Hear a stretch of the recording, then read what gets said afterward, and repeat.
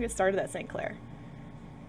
So originally, before working at the college, I worked in the kind of private esports side of things. I had a company with a couple of friends. We ran events all over Ontario, into even some in Quebec and even in Michigan as well. And we ran that company for about 5 years. And eventually, St. Clair College, some of the students that were in the IT club at the school, they had been running events for a long time, and they invited us to come in and help consult on a larger event project that they were doing on campus. They received permission from the administration to move one of their smaller events into a much larger space. So they needed help in filling it with more people, more events, that kind of thing. So while I was in those meetings, those consulting meetings, I kind of pitched the idea that why not do more than just one single event? Why not be the first Canadian school to launch a varsity program? And obviously they had never heard of it, so I had to do a lot of explaining, talk about some of the other early adopters. So at that point in time, this would have been around late 2016, I believe. At that time, there would have really only been, 10 or so schools out there with varsity programs. Robert Morris University was the example that I was bringing up to them and showing them interviews with Kurt Melcher and that kind of thing. So surprisingly, they went for it. They liked the idea. So we started not only building that single event, which went on to be Saints Gaming Live, which is kind of our flagship event every year. But we used that event as a springboard to launch the varsity program. So a lot of our first recruits for our varsity teams were recruited through Saints Gaming Live.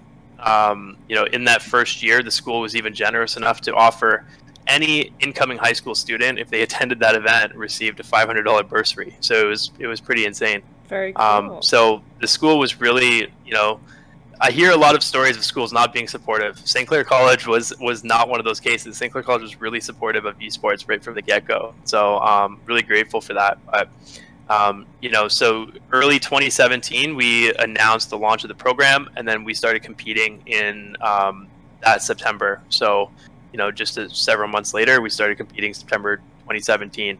So we're entering I guess it would be our 4th year of competition this year. Wow. Congratulations. How does it feel? It feels pretty good. We're one of the oldest schools now, I think. I'd love to actually be able to nail down exactly when we came on board, but I figure it's somewhere around the 15th in North America mark or something like that for our school to come on board. So it's been wonderful, and even since then we decided to kind of push it one step further. In January 2019, we launched our academic program as well. So we do have a 2-year diploma program called Esports Administration and Entrepreneurship. Very and cool. It's focused on students that want to work in esports but aren't necessarily competitors.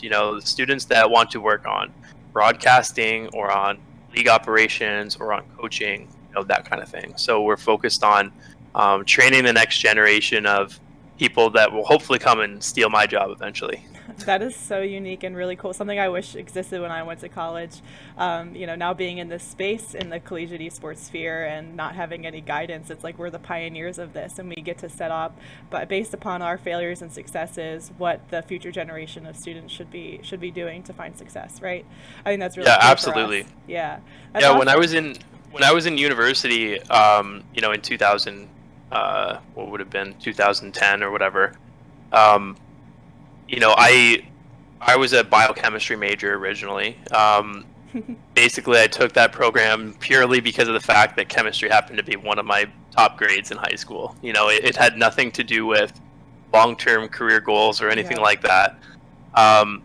Through that time at university, starting to learn about the gaming community and esports, that's when I realized, okay, I need to go back to school, take some further education that's going to help me build a job in this field. But obviously at that time, there was nothing in esports. If my program would have existed, I definitely would have been taking it. I did take a business degree, and that did help, but it wasn't as specific. So that's what I'm really hoping, or that's what we've essentially created, is the program that I wish would have existed when I was looking for something to take, back in 2012 or whatever it would have been. That is music to my ears, Shaun. You and I have a very similar path. I picked up biology as my major in college because I was like, I guess I'll be a doctor. It's the best way to make money. And then I Hmm. realized I suck at biology. I got a D minus in my first course. I was like, I can't graduate with these grades. I'll be on academic probation the whole time I'm here. So I had to sit down and be like, all right, girl, what are you actually good at? Hmm. What are you actually passionate about? And I was like, video games, but I didn't realize or didn't have a place because the only thing my school offered was a video game design, and I wasn't really interested in that part. I Hmm. was more interested in this stuff, and this stuff just didn't exist yet. And I'm just so happy Exactly. that there's people like you and people like myself who can attack this from so many different angles to make it, better for the future. But that is awesome. I'll never forget actually when I met your team. The first thing that stood out to me was your jerseys and your Yeah. jackets. I was like, you guys must be really freaking important because these jackets are awesome. And then that's how we hit it off, and it was just like uphill from there. You have a really good crew. Yeah, I mean, we were lucky enough that year. It was quite a long drive, but at least it was drivable, you know. So I was like, I in my remember it. mind, it was okay. While the convention is this close to us, we need to take advantage, Hmm. and was trying to get as many coaches down there as I can. And it turned out to be a great opportunity. Obviously, since this year there wasn't a live convention; Yeah. it was just online. So we're lucky we did do that while it was possible. Who knows if we get back to doing live conventions ever again at this point. So, Fingers crossed. yeah, exactly. Awesome. Well, thanks for that info. Let's move on to question number 2. Can you tell me a little bit about the competitive side of the program? How many teams that you have, what games they play, and if they play in any competitive leagues? Yeah, so this year we're going to have, and I always mess up this number because we've had some teams kind of coming and going. So I'm just gonna pull up our website to make sure I don't miss any. Do what you need to do. So this year we're going to have teams for Rainbow Six Siege, Okay. Overwatch, Okay. Counter Strike Global Offensive, Rocket League, Hearthstone, Echo Arena VR, League of Legends, and Fortnite. Wow. We do typically have a Super Smash Bros team as well, but we are putting it on hiatus just for the fall since we can't really provide any value to students. The main value for our students that are on the Smash team is that they attend live events weekly on campus, plus several live events on weekends out of town. But it's looking extremely unlikely that we're able to do any of that this semester. So Mm. we're going to kind of put it on hold for now, and then pick it back up hopefully in the spring if things start to kind of go back to normal a little bit. All right, that's a good plan. I have a follow-up question actually. When you say Rainbow Siege 6 and Call of Duty, it makes me think about what the community might have to say about those kinds of games. Have you noticed any kind of backlash in terms of the quote-unquote violent games that students are participating competitively in? It's something that I hear pop up often when I'm in like conventions or different things, or discussions with a lot of American schools. It's not something that comes up. It's never come up at our institution at all, That's good. and it seems to not be a. I think in Canada, our perception towards shooter games, I guess, is not that they cause violence. Maybe it's like a little bit of a different mentality towards shooter games in Canada compared to the U.S. I can't exactly pinpoint what the difference is, but it's never really been something that's been brought up at all with us by the community, by the administration, or anybody. So it's been very clear that Good. these students like to compete, and these are competitive games that allow for a high level of strategy. It has nothing to do with wanting to learn violent behaviors or anything like that. Yeah, I think you hit the nail on the head there. I think in America, people are mostly just afraid of what other people are going to say about those things, so they try and catch it before it happens. I think it just kind of creates this narrative around video games that is, negative in nature. I'm glad to hear that it's not in Canada, Yeah, though. I mean, I look at it the way if you look at sports, Hmm. a lot of schools have boxing teams and football teams. Those are very violent sports, right? So, um, Physically violent, and actually. we're allowed to have those. So it's kind of like this weird situation where it's like we're okay with some certain types of violence, but Yeah. not other types of violence. And that's the part that's a little bit confusing for me. But again, yeah, it's never really been brought up as a concern so far at St. Clair College. I'm glad to hear that. That's awesome. All right, so question number 3. Can you tell me a little bit about your facility, what kind of gear you have, what the space is like, the peripherals, and partnerships if you have any? So we're actually in like an interesting time right now for facilities. And the silver lining is that with the pandemic is that we wouldn't be able to be in our facilities right now anyway, because we're actually in the process of building brand new ones. So for the past 3 years, we've had what I like to call "quote unquote" functional facilities. So they get the job done. They're not exactly pretty, and they could be better. So what we've had for the past 3 years, we've got 3 primary facilities. The first one is what we call the Nest. The Nest is our varsity training rooms, and there are 12 PCs. They were sponsored by Alienware in the year 1 of our program. And so there's 12 PCs plus 4 console stations for our Smash team and a live stream production station. And it's about, I'd say, probably 1,000 to 1,500 square feet. So not the biggest facility, but enough to kind of support our teams. And we've made really good use of those facilities for the past 3 years. Now, those we actually closed down right around March. So right around when the pandemic broke out, we were in the process of closing down those facilities. So to get ready for construction. But anyway, so the next facility we have what we call the Open Gaming Lab, and this is actually a facility that's been on campus for over 10 years. So even before esports was even a word that I knew, there has been an open gaming lounge, open gaming lab, whatever you want to call it, on campus. There's 30 Alienware PCs. They're That's on lease from Dell. Yeah, it's great. It's honestly, it was one of those things where the IT department 10 or so years ago realized that students were trying to play games on the workstation machines everywhere else on campus. So rather than have this constant battle with students, they decided, let's just provide a gaming space. Here you go. And then we won't have to worry about our workstations getting bogged down with games anymore. And it's been a tremendous success. If you walk in there, exactly. So if you walk in there any afternoon on in regular times, we'll call them, you would see that room absolutely jam-packed full of students playing games. It's been immensely successful. So we don't use that facility too much on the varsity side, except for when we're doing larger things like tryouts, for example. So that's been like a great spot for us, a great facility to utilize when we're doing tryouts, so that we can have 30 or 40 students sitting down together and putting them into scrims and that kind of thing. That is awesome. So that's facility number 2. And then facility number 3 is our esports classroom. Esports classroom obviously launched with the esports program, the 2-year diploma program. And so one of the cornerstones of that diploma program is media broadcast. So teaching students how to use Twitch, how to use or how to create content for YouTube, how to do podcasts, etc., stuff like that. And our campus didn't have a facility that worked for teaching those. For teaching that content. So we basically took a classroom, we incorporated 6 live stream broadcasting stations in there, with PCs and microphones and headsets and cameras and backdrops, etc.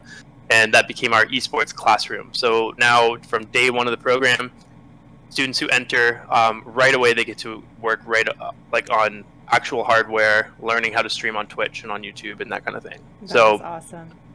Those have been kind of like our 3 functional facilities, and they've done the job for us, and they're great. But we're planning to open in spring 2022 a much larger esports complex. So we'll take all 3 of those facilities, bring them under one roof, along with a stage and spectator area and VR booths and a permanent console gaming lounge, a much larger open gaming lab for PC gamers, expanded varsity facilities and offices and all that kind of stuff. So 2022, we'll have that facility coming. So any new students, if they happen to, stumble upon our listing, they might be there just on time for the grand opening at that point. That is awesome. 2022 sounds like it's going to be the year. That is great. Yes, it's going to be an absolutely huge year. That is great. You touched on something actually that maybe think of a question. So the campus community around gaming, it sounds like it's been around for a really long time. What kind of, how do I phrase this? So if you have a varsity casual side, how do you treat the community? Or do you think it's one big group of students, or do you think there are sub communities within it? How would you measure the community of the gaming population at St. Clair? I'd say it's kind of like, so we're in a unique. I'm going to take like a step back just because we're in a unique situation. A lot of the schools that start varsity programs, they typically already have some sort of club on campus, and a video gaming or esports club. St. Clair College was a little bit different. There's a rule in place at St. Clair College that in order to be a student club, in order to start a student club, it needs to be directly associated with an academic program. Okay. So up until our esports program launched in 2019, there was no video gaming programs on campus. Therefore, there couldn't be a video gaming club officially. Now, that didn't stop gamers from congregating together. The kind of the de facto club became the IT club. So Ryan Brook, you mentioned Ryan Brook, who you've met before. He was a past president of the IT club at St. Clair College. So they became kind of the de facto, like, closest there could be to a gaming club. And for 15 years, going back 15 years, they started running LAN parties on campus. Obviously putting to the test their IT and networking knowledge that they were learning in school. They were using that and building LAN parties on campus. So for 15 years or so, there has been some sort of gaming presence on campus through the IT club. And then once the varsity program was launched, then there was the varsity program and the IT club.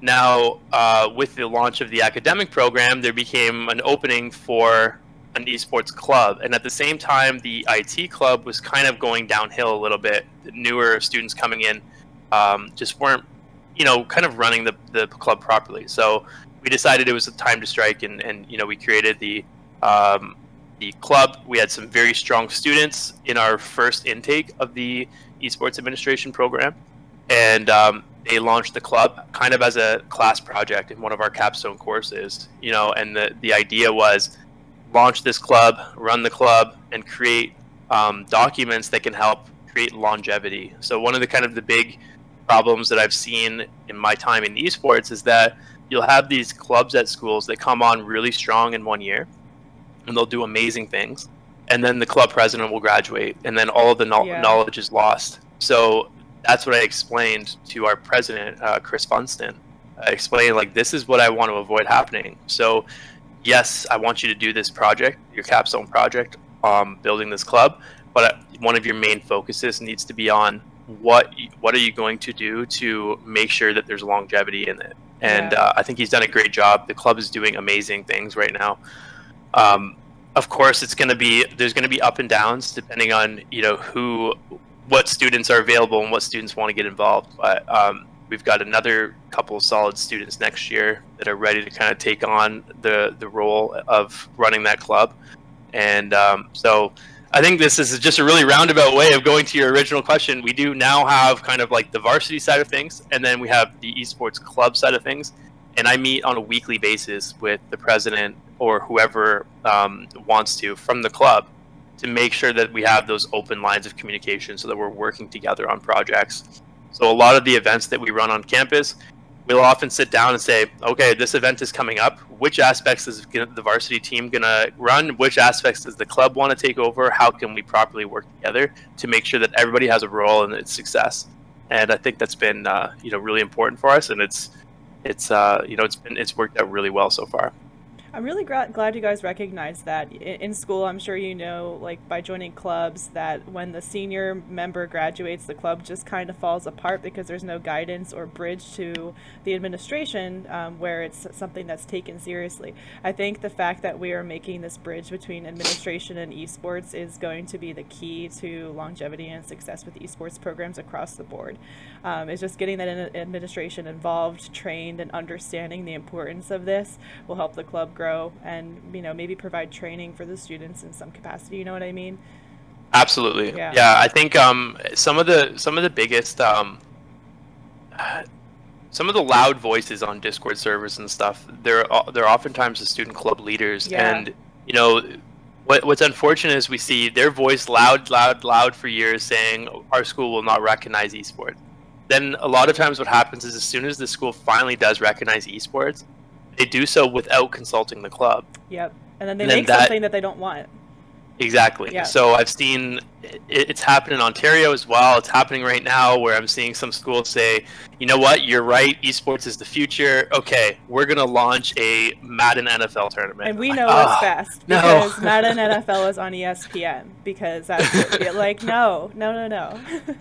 Exactly. That's so, awesome. so luckily myself and a lot of my staff, we come from the esports community, but now a lot of us have moved in, like either some of my students like Ryan have graduated and are working now, or I have another student who is also a former president of the IT club. He now teaches in the IT program at the school. So we're able to kind of merge that gap from knowing what the students want and what they're thinking to also, knowing what the administration wants and what they're thinking, and kind of bringing those two things together. I think it's very often that we see programs launched at schools where they either have one or the other, but very rarely both.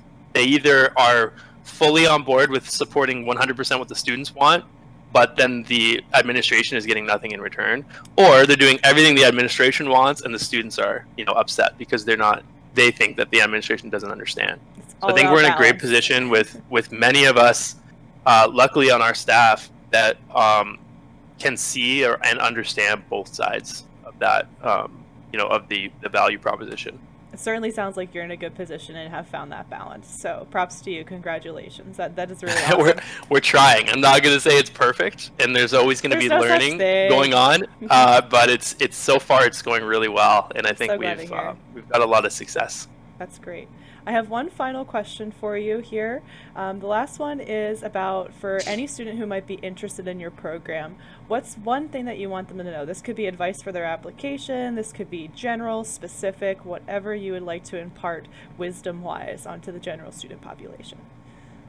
I think and this is more like open and broad than just specifically to our school, but the number one thing that I see often in esports is students coming forward saying, I want to work in esports, but they aren't ready to kind of just pick up and start working. They're waiting for somebody to hand them a job or to hand them their opportunity. So what I tell people often, and I say this on day one of our orientation with our new academic students, if you are not ambitious enough to go out and seize your own opportunities, you won't be successful in esports. It's just, we're not at a point yet in the, the maturity of the industry for there to just be jobs out there for the picking, right? You need to be able to understand where there are gaps, and you need to be willing to jump up and create something to fill that gap. So that being said, what sets St. Clair College apart is that we provide immense opportunity for students to basically have a ton of resources at their disposal to go out and seize those opportunities. To give you an example, we had students last year in their first year of the program who took a really big liking to the broadcast side of things. So we have that broadcast classroom that I mentioned before, and we mentioned early on, this classroom is yours. Outside of class time, use this as an innovation hub, experiment, work on projects, try to get jobs, whatever you want to do. So those students in the evening, they would kind of book the classroom, and they started getting themselves hired by third-party companies to run broadcasts. So in their first semester at St. Clair College, they were already getting paid to broadcast, third-party tournaments like Upsurge and these different leagues. So they're the ones that are doing it right, and that's what I need students to understand that just simply graduating the program isn't going to get you the job that you want. You need to be ready to kind of go out there and grind it out a little bit. Just like in a video game. Exactly. Just like in a video game. Perfect. Maybe I should use that and let them know. I didn't trademark it. Esports is a grind. It really is. It really is. Yeah. And it's a grind in and out of the game. And you as a professional in the industry know that more than anyone, especially now that it's in this incubation stage and kind of it's ready to have its moment, this breakthrough moment, but we're still trying to get organized for that time.